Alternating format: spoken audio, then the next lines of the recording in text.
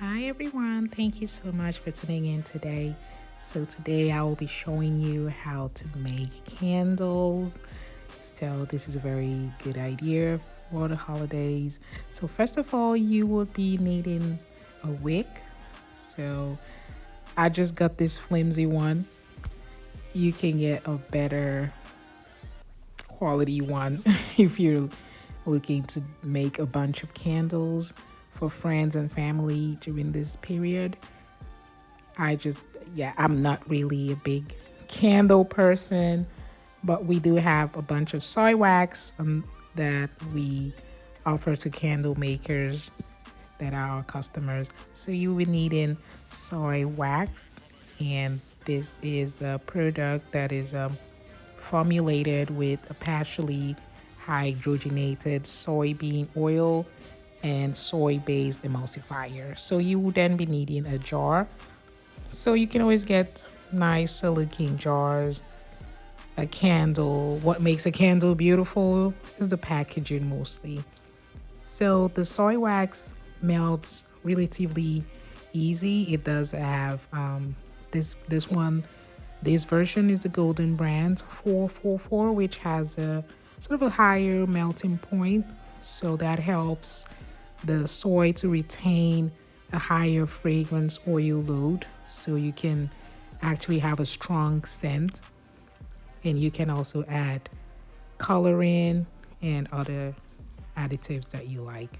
So to make the wick to stick, it's just a good idea to put the wick in the melted soy flakes just so it would be able to stick to the jar. So as you can tell, I'm a novice. I hardly make candles. This is pretty much my first or second time attempting making candles. So more experienced people watching, you can just give your feedback. So I was trying to get it to stick, which eventually happened, and I was able to keep it in place with that peg over there in the red peg in the other bottle.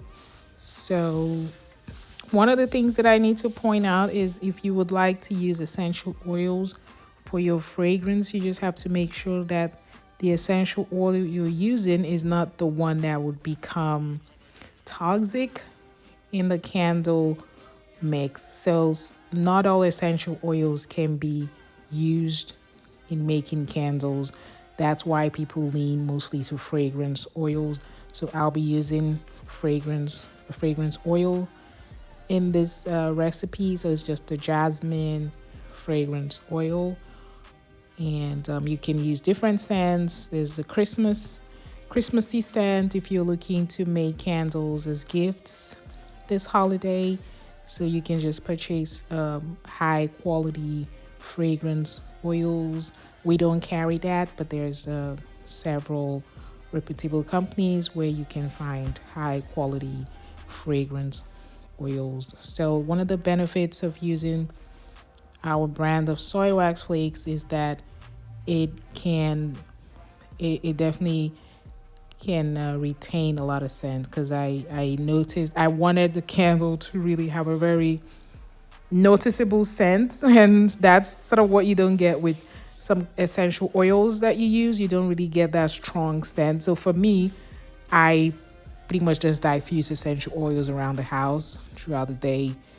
I'm not really big on candles, but if you would like a very strong scent, then soy wax flakes would be a good idea. Also, they are vegan and they do not really burn with soot, and they would not really pollute the atmosphere as much as paraffin wax. So I'm just going ahead to add some flour flakes. You can leave this part out, but I feel it just made the candle a bit more attractive looking. So if you want to give this as gifts, then you want it to look as cute as possible, just so people believe that you spent a lot of time on the gift. And I love handmade gifts, so if you make one for me, I'll definitely appreciate it.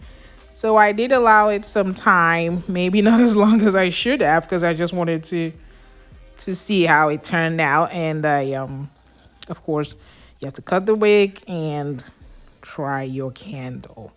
So I think it turned out not too bad. It could be better, of course. Yeah, there are a few tips on how to make it smoother at the top. You do avoid bubbles and etc.